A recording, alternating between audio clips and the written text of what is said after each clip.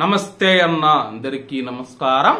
Kuwait లో ఎవరైనా సరే మీకు వాట్సాప్ ద్వారా వీడియో కాల్స్ వస్తూ ఉంటే జాగ్రత్త అని చెప్పి అధికారులు హెచ్చరిస్తూ ఉన్నారు. వాట్సాప్ వీడియో కాల్స్ లో మనం చూసుకుంటే పోలీసుల యూనిఫామ్ మరియు కువైట్ లోని పలు విభాగాల అధికారుల యూనిఫామ్ ధరించి చాలా మంది మీ యొక్క బతాకాను రెన్యువల్ చేయాలని చెప్పేసి మీ యొక్క బ్యాంకు అకౌంట్ ను అప్డేట్ చేయాలని చెప్పేసి చాలా మంది ఓటీపీలను అడుగుతూ ఉన్నారు. దీంతో నిజమని చెప్పి చాలా మంది ఓటీపీలు చెప్పి డబ్బు అయితే కోల్పోతూ ఉన్నారు. అలాగే దీనికి సంబంధించి కువైట్ లోని ఒక ప్రవాసుడికి సైబర్ క్రైమ్ కు సంబంధించిన కేసులో ప్రవాసుడైన సిరియన్ వ్యక్తికి 10 సంవత్సరాల జైలు శిక్ష మరియు 20,000 దినార్ల జరిమానా విధిస్తూ కోర్ట్ ఆఫ్ కాజేషన్ సంచలన తీర్పునిచ్చింది.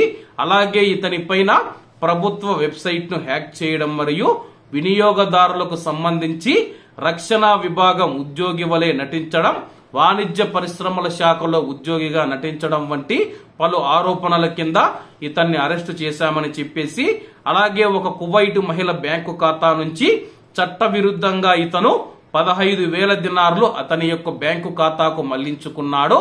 అలాగే అతను కువైట్ లో మనం చూసుకుంటే మినిస్ట్రీ ఆఫ్ ఇంటీరియర్ ఉద్యోగిగా మరియు కువైట్ లోని వాణిజ్య పరిశ్రమల శాఖ ఉద్యోగిగా నటిస్తూ చాలా మందికి ఆన్లైన్ ద్వారా ఫోన్లు చేయడం, వాళ్ళ యొక్క వ్యక్తిగత వివరాలు మరియు అలాగే మీ యొక్క బ్యాంకు ఖాతాను అప్డేట్ చేయాలి, ఓటీపీ వస్తుందని తెలపడంతో చాలా మంది నిజమని నమ్మేసి ఆ యొక్క కువైటీ మహిళ కూడా మనం చూసుకుంటే ఓటీపీ చెప్పింది.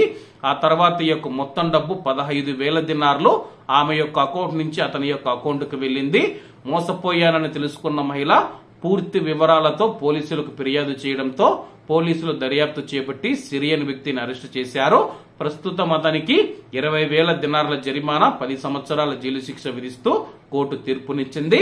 కాబట్టి అందరూ బాగుండాలి, అందులో మనం ఉండాలి. అందరికీ నమస్తే అన్న, జై హింద్.